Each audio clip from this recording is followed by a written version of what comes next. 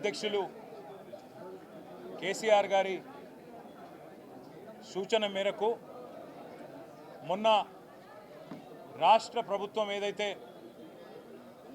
బలహీన వర్గాలను వంచిస్తూ వారి గొంతు కోస్తూ జనాభాలో బలహీన వర్గాల సంఖ్యను దాదాపు 5.5% తక్కువ చేసి చూపెట్టి మోసం చేయడమే కాకుండా ఇవాళ 42% రిజర్వేషన్ల పేరిట ఇచ్చిన వాగ్దానాన్ని తుంగలో దొక్కినందుకు పెద్దలు కేసీఆర్ గారి ఆదేశం మేరకు మొన్న రాష్ట్ర శాసనసభలో మా పార్టీ తరఫున బలంగా నిరసన చెప్పినాం.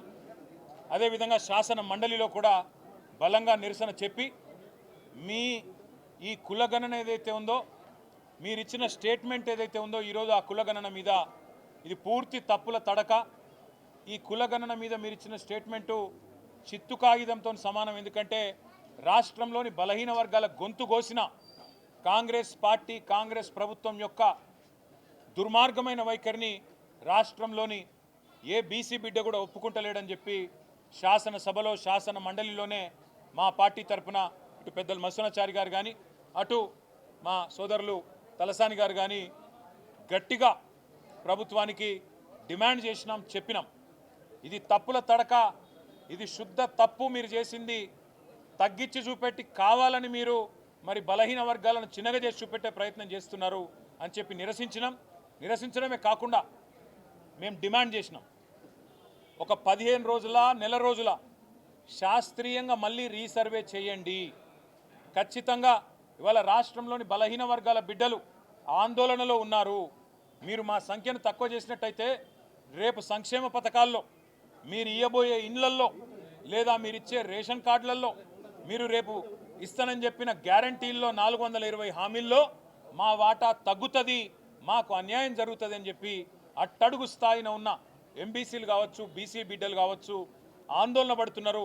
కాబట్టి వారి ఆందోళనను చేయడానికైనా సరే మీరు వెంటనే తిరిగి రీసర్వే మొదలుపెట్టండి అని ప్రభుత్వానికి కోరినాం.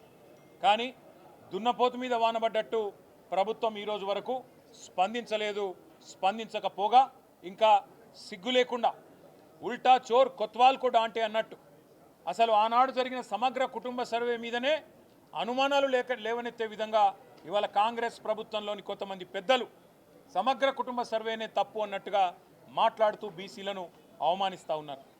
అది మాత్రమే కాకుండా కామారెడ్డిలో ఆనాడు పెద్దలు కర్ణాటక ముఖ్యమంత్రి సిద్ధరామయ్య గారిని ఆహ్వానించి ముఖ్య అతిథిగా రాష్ట్రంలోని బలహీన వర్గాల ఓట్ల కోసం బీసీ డిక్లరేషన్ పేరిట ఆనాడు కాంగ్రెస్ పార్టీ పెద్ద ఎత్తున వాగ్దానాలు గుప్పించింది.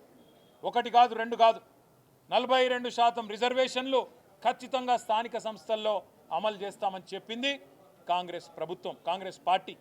అట్లాగే 42% రిజర్వేషన్లతో పాటు ఈ రాష్ట్రంలో రాబోయే 5 ఏళ్లలో 1,00,000 కోట్ల బడ్జెట్ పెడతాం బీసీలకని చెప్పింది Congress party. BC sub plan తీసుకొస్తాం అని చెప్పి సిద్ధరామయ్య గారు నోటెంబడ చెప్పింది కాంగ్రెస్ పార్టీ.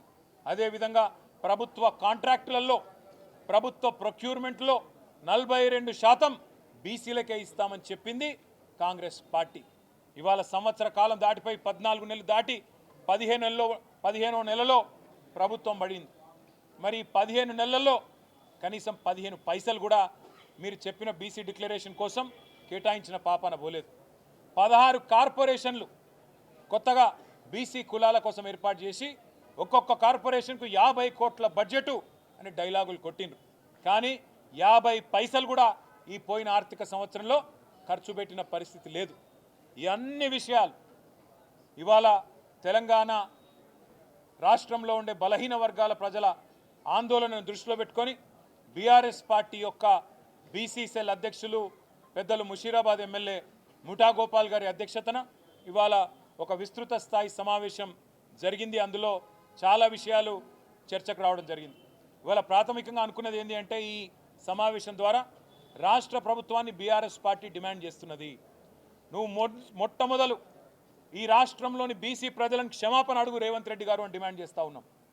5.5% జనాభా తగ్గించి దాదాపు 22 లక్షల మందిని ఉన్న వాళ్ళను లేనట్టుగా చిత్రీకరించే దుర్మార్గం ఏదైతే రేవంత్ రెడ్డి చేసిండో దానికోసం వెంటనే ఈ రాష్ట్రంలోని బీసీలను రేవంత్ రెడ్డి క్షమాపణ కోరాలని చెప్పి మేము డిమాండ్ చేస్తూ ఉన్నాం. రెండవది, నీ కులగణన పూర్తి తప్పుల తడక, నీ పూర్తి అశాస్త్రీయం, అసంబద్ధం, అర్ధరహితం. ఈ మాట మేము మాత్రమే కాదు, రాష్ట్రంలోని బీసీ సంఘాలు అంటున్నాయి. స్వయంగా మీ కాంగ్రెస్ పార్టీ ఎమ్మెల్సీ కూడా ఇది చిత్తు కాగితంతో సమానం, దీన్ని కాలబెట్టినా తప్పులేదని కాలబెట్టింది. అందుకే మేము బీఆర్ఎస్ పార్టీగా డిమాండ్ చేస్తున్నాం, వెంటనే రీసర్వేకి ఆదేశించు. 15 రోజుల నెల రోజుల తీసుకొని వెంటనే రీసర్వేకి ఆదేశించి సరైన లెక్కలు తేల్చండి. మేమందరం కూడా చొరవ తీసుకుంటాం. మొన్న అన్నావు కదా, కేసీఆర్ పాల్గొనలే, కేటీఆర్ పాల్గొనలే, ఇంకొకరు పాల్గొనలేదని. మాకు మీరేం చెప్పినారు మీ కులగణనప్పుడు? మొదలు మీరు చెప్పింది ఏంది? స్వచ్ఛందంగా ఎవరు ముందుకు వస్తే వాళ్ళు రండి, ఇచ్చేది ఇవ్వండి అన్నావు. అయినా నాకు తెలియక అడుగుతా, కుంటి సాకులు అడగడం కాదు, కుంటి సాకులు ఎత్తకడం కాదు. కేసీఆర్ గారి ఎలక్షన్ అఫిడవిట్ నీ దగ్గరనే ఉంది, నా ఎలక్షన్ అఫిడవిట్ నీ దగ్గరనే ఉంది. నువ్వు ఎవరో పేర్లు చెప్పినావో వాళ్ళందరి ఎలక్షన్ అఫిడవిట్లు నీ కాడనే ఉన్నాయి. అయినప్పటికీ నీకు అంత బాధ ఉంటే మళ్ళీ రీసర్వే పెట్టు. మేమందరం కూడా, ఎందుకంటే మా బీసీలకు అన్యాయం జరిగినప్పుడు మేము కూడా, ఎందుకంటే నీకు సాకులు వెతకడానికి అవకాశం ఇవ్వద్దు కాబట్టి అందరం పాల్గొంటాం, అందరం కూడా నువ్వు కోరిన అన్ని వివరాలు ఇస్తాం. కానీ బీసీలకు అన్యాయం చేసి తప్పించుకునే ప్రయత్నం ప్రభుత్వం చేయొద్దని చెప్పి మేము డిమాండ్ చేస్తున్నాం. రీసర్వేకి ఆదేశించడంతో పాటు 42% రిజర్వేషన్ అని చెప్పి బీసీ డిక్లరేషన్లో ఏ మాట అయితే చెప్పినవో ఆ మాట ఖచ్చితంగా నిలబెట్టుకోవాలి. మొన్న నువ్వు అసెంబ్లీ పిలిచినప్పుడు మేము అనుకున్నాం, చట్టబద్ధత కల్పిస్తావేమో, 42% రిజర్వేషన్ బిల్లు తెస్తావేమో అనుకున్నాం. నువ్వు బిల్లు తేలే, కేవలం సొల్లు మాత్రమే తెచ్చినావు. ఓ స్టేట్మెంట్ అని చెప్పి పట్టుకొచ్చినావు, ఏదో నిమిషం చదివినట్టు చేసినావు, అవతల పడ్డావు. అందుకే ఈ సొల్లు మాటలు కాదు, బిల్లు తీసుకురా, 42% రిజర్వేషన్ కల్పిస్తూ వెంటనే పెట్టు. నువ్వేమో చెప్తూ మా పార్టీ ఇస్తుంది 42% అన్నావు. మీ పార్టీ ఇచ్చేది 42%? బీఆర్ఎస్ ఇదివరకు 50%కి మించి ఎన్నడో ఇచ్చింది బలహీన వర్గాలకు టికెట్లు, అదేవిధంగా మరి ప్రాతినిధ్యం స్థానిక సంస్థల్లో కానీ అసెంబ్లీ ఎన్నికల్లో, పార్లమెంట్ ఎన్నికల్లో అత్యధిక సీట్లు కేటాయించిందే కేసీఆర్ గారు, బీఆర్ఎస్ పార్టీ. మొన్న పార్లమెంట్ ఎన్నికల్లో 12 జనరల్ సీట్లుంటే ఎస్సీ ఎస్టీ కాకుండా ఈ రాష్ట్రంలో, అందులో 6 అంటే 50% బలహీన వర్గాలకు కేటాయించింది బీఆర్ఎస్ పార్టీ. అట్లే శాసనసభ ఎన్నికల్లో మీరు మోసం చేసినారు కాంగ్రెస్ పార్టీ వాళ్ళు. 34 సీట్లు ఇస్తామన్నారు, పార్లమెంటుకు 2 చొప్పున.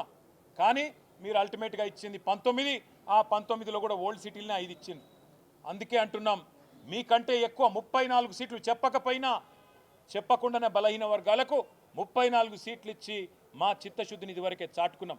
మాకు నీ సర్టిఫికెట్ అవసరం లేదు. కానీ ఈ రాష్ట్రంలోని బలహీన వర్గాల ప్రజల ఆందోళన, ఈ రాష్ట్రంలోని బలహీన వర్గాల ప్రజల ఆవేదన అర్థం చేసుకున్న పార్టీగా రేపటి నుంచి మండలాల వారీగా, నియోజకవర్గాల వారీగా, జిల్లా కేంద్రాల వారీగా మొదలు భావజాల వ్యాప్తిని, అంటే బీసీలకు జరుగుతున్న అన్యాయం మీద మా పార్టీ నాయకులు, ఇతర బీసీ సంక్షేమ సంఘాల నాయకులతో వెంటనే ప్రెస్ మీట్ల ద్వారా ప్రజలని జాగృతం చేసే ప్రయత్నం విస్తృతం చేస్తాం.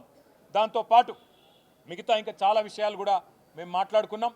ఏ రకమైన కార్యాచరణ ఉండాలి, ప్రభుత్వం దిగిరాకపోతే మొండి వైఖరితో కనుక రిజర్వేషన్లు ఇవ్వకుండానే బీసీల గొంతు కోసి స్థానిక సంస్థల ఎన్నికలకు పోతే ఏం చేయాలనే విషయంలో లోపల చాలా మాట్లాడుకున్నాం. అవన్నీ కూడా మా పార్టీ అధ్యక్షులు పెద్దలు కేసీఆర్ గారికి నివేదించి తదుపరి కార్యాచరణ ఏ రకంగా ఉండాలో కూడా తప్పకుండా నిర్ణయించుకుంటాం. కానీ ఈ విషయాన్ని వదిలిపెట్టాం. తప్పకుండా బీసీలకు కాంగ్రెస్ పార్టీ చేస్తున్న మోసాన్ని ఎండగడతాం. మీరు రాజ్యాంగ సవరణ అని మాట్లాడుతున్నారు.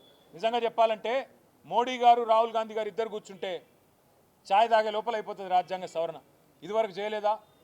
ముల్కీ రూల్స్ని ఆనాడు సుప్రీంకోర్టు అప్హెల్డ్ చేస్తే అవును ఇది కరెక్టే అంటే ఆనాడు ఇదే కాంగ్రెస్ పార్టీ ఇందిరాగాంధీ గారి నాయకత్వంలో ఆనాడు ముల్కీ రూల్స్ను రద్దు చేస్తూ రాజ్యాంగ సవరణ చేయలేదా?